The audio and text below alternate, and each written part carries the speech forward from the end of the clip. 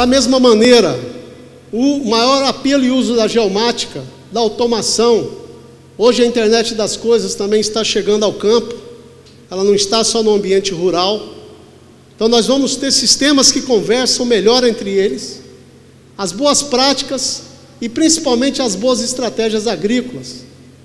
Então nós vemos que é fundamental olhar para esse conjunto de oportunidades em termos de ferramentas, tecnologia e dispositivos e modelo de gestão, de tal forma a se orientar aquilo que é conhecido e estruturado no desenho das chamadas boas práticas agrícolas.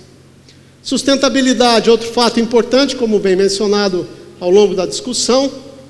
Quer dizer, todos os processos, eles têm que ser trabalhados, olhados, de tal forma que nós olhemos a questão das águas, a questão do solo, a questão das vizinhanças, a questão das comunidades.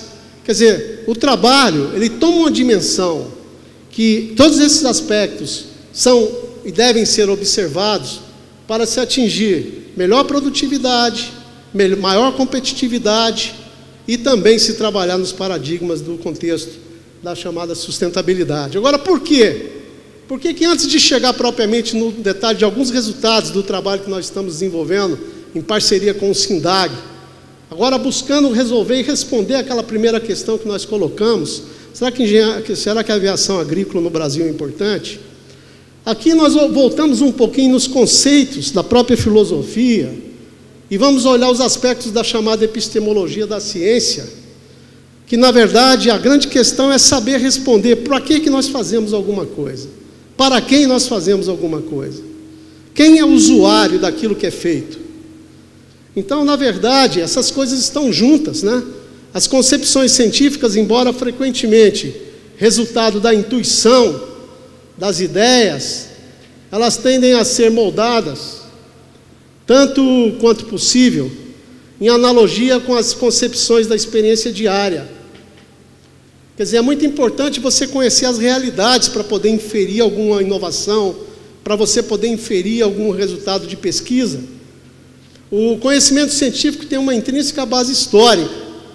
A análise histórica crítica das concepções básicas em ciência, ela é extremamente importante, principalmente para a sociedade que utiliza seus resultados. Então, hoje, o conceito de tecnologia, ele tem que ser olhado, agregado, de mãos dadas com a visão de sociedade.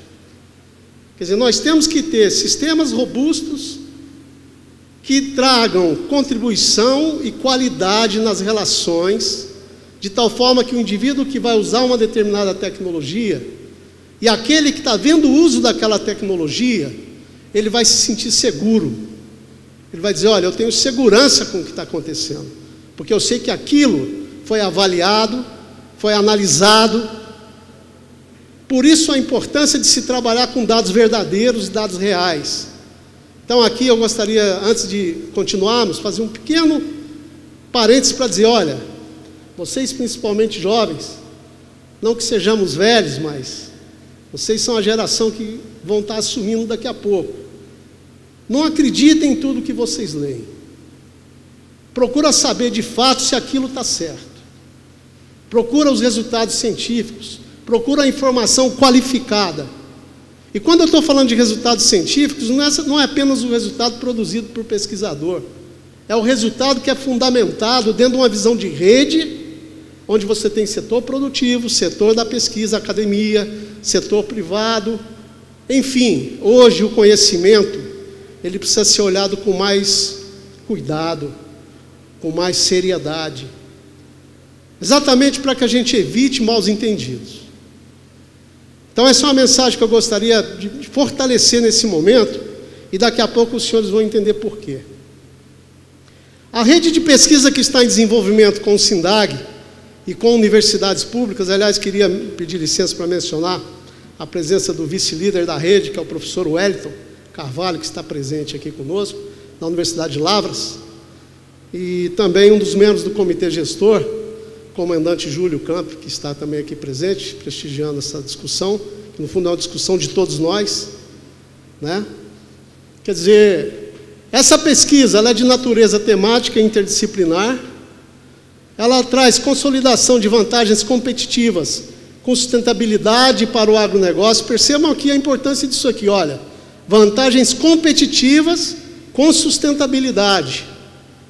Então está se estudando, está se resolvendo questões, inclusive já existem resultados que mostram que dentro de determinadas condições atendidas, você vai agregar valor em termos de competitividade e você também vai trabalhar dentro dos paradigmas da sustentabilidade. Avanços científicos e tecnológicos de grande impacto no padrão tecnológico e superação de desequilíbrios sociais. Porque uma das preocupações também do conhecimento, como se falou ali no detalhe da epistemologia da ciência, você tem que olhar a sociedade. Então nós, como um país de desenvolvimento, nós temos também que estarmos preocupados em automação, mas temos também que estarmos preocupados com a questão de emprego e renda. Essas coisas vêm juntas. Então nós temos que olhar melhor e estruturar esse desenho. Essa rede ela foi estruturada inicialmente, na sua, vamos chamar assim, primeira fase, olhando culturas de soja, arroz, cana-de-açúcar e citros, em particular laranja, e uma maior ênfase nos trabalhos tem sido colocados para soja, arroz e cana-de-açúcar. Já existem aí uma série de resultados, vocês poderiam me perguntar, mas o que aconteceu com a laranja? A laranja, os experimentos que foram previstos, devido à proibição de alguns agrotóxicos, houve uma mudança para se adequar àquilo que havia sido previsto inicialmente na proposta, de tal forma que o trabalho teve uma reorientação com relação à questão de citros. Aqui, para que vocês tenham uma ideia, eu vou dar a volta aqui no projetor, para não atrapalhar a projeção, e vou mostrar um pouquinho mais de perto ali.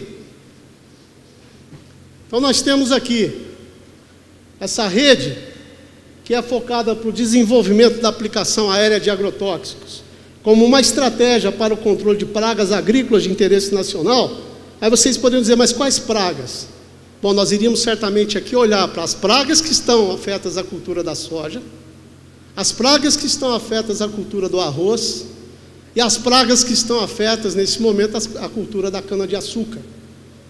Então, se trabalhar a dimensão da aplicação aérea, focando exatamente os trabalhos nessas culturas, e aí nós temos, além da dimensão da própria gestão da rede e estruturação da rede, estudos para se trabalhar a eficiência da aplicação aérea de agrotóxicos para o controle de pragas agrícolas nessas culturas, avaliação da deriva de agrotóxicos por métodos convencionais.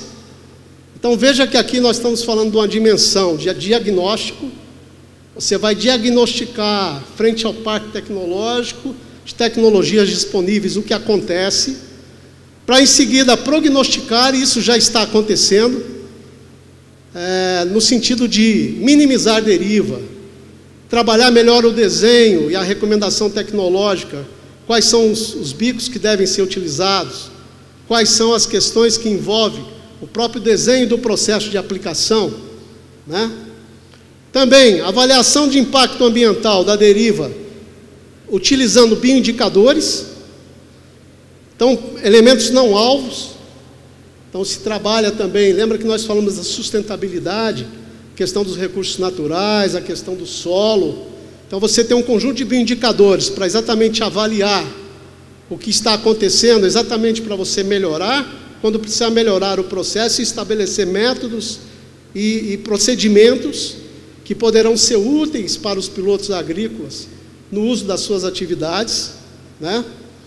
E também um plano que foca o desenvolvimento mais em nível de prognóstico agora, de sensores, modelos, processos de auxílio à tomada de decisão, e finalmente um plano que olha a dimensão de se olhar para os resultados obtidos e se promover, por assim dizer, a chamada transferência de tecnologia, que é um ponto que nós precisamos fortalecer mais e mais, hoje e sempre.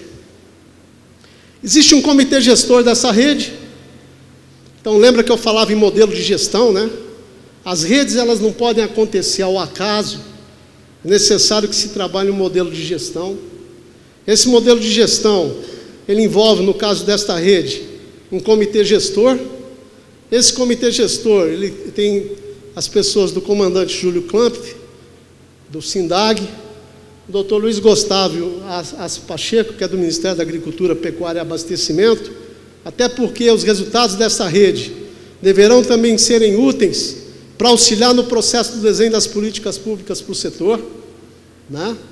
Dr. José Francisco da Silva Martins, que é do Centro Nacional de Pesquisa de Clima Temperado da Embrapa, o professor Dr. Silvio Crestana, que é da Embrapa Instrumentação Agropecuária, ex-presidente da Embrapa, que inclusive é professor também junto à Universidade de São Paulo, exatamente num departamento que foca a questão de trabalhos em sustentabilidade. O Dr. Robson Barizon, do Centro Nacional de Pesquisa em Meio Ambiente, também participa daqui e cuida principalmente da questão de qualificar os indicadores, os bioindicadores. Dr. Rafael Moreira Soares, que é um especialista da área de pragas em soja. O doutor professor Wellington de Carvalho, da Universidade Federal de Lavras, que está aqui presente, que é um especialista da área de engenharia agrícola e principalmente com grande visão, grande competência na questão da aplicação aérea de agrotóxicos, aviação agrícola, por assim dizer. E faltou mencionar aqui o doutor José Francisco da Silva Martins. Ele, além de ser do Centro Nacional de Pesquisa de Clima Temperado, é um especialista na área do arroz, nas pragas do arroz.